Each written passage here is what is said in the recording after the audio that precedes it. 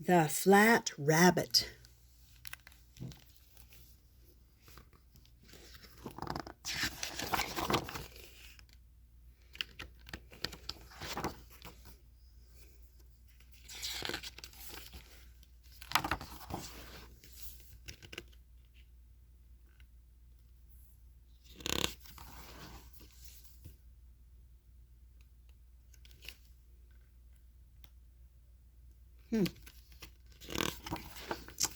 Good grief! Would you look at her, said the rat when she spotted the rabbit. Yes, I was just wondering what she was doing there, replied the dog, a bit startled. It had been so quiet until the rat came along. She is totally flat, said the rat. For a while they just stood there looking at her. Do you know her? Well, said the dog, I think she's from number 34. I've never talked to her, but I peed on the gate a couple of times, so we've definitely met. The rat thought it was all a bit sad. Lying there can't be any fun, she said, looking at the dog. That was exactly what I thought when I found her, said the dog. The rat pondered this for a while, and then she said, Maybe we should move her? The dog agreed. But where would they take her? They went to the park to think. At least the dog was thinking so hard that his brain was creaking. Where could they move her, and what if somebody found her and ate her? They could leave her outside number 34, but what would the people think there? What would the people there think if they saw a dog and a rat bringing back their rabbit totally flattened?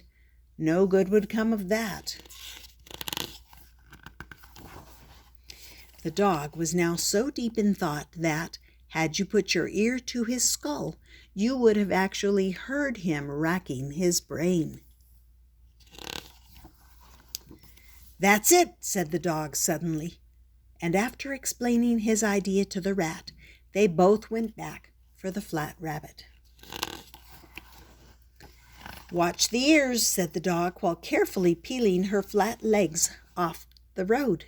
The rabbit was so thin, he was afraid she might tear. It was already evening when they reached the dog's house. They worked all night on their plan. You could hear them chatting and hammering away in the doghouse. Nobody knew what was going on in there.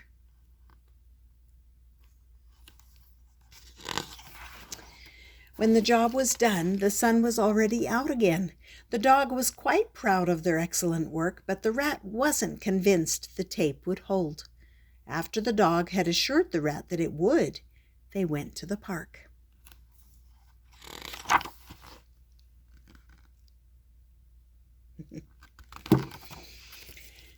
It is not that easy to fly a kite. You need a bit of wind, but not too much, and you have to run extremely quickly, but not forget to keep an eye on the kite.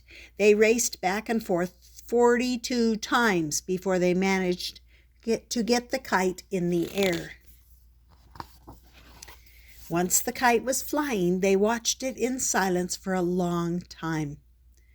Do you think she's having a good time? The rat finally asked, without looking at the dog. The dog tried to imagine what the world would look like from up there. I don't know, he replied slowly. I don't know.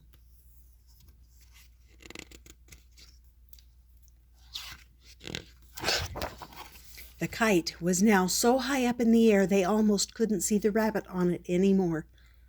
And while they were watching, the dog asked, Would you like a turn?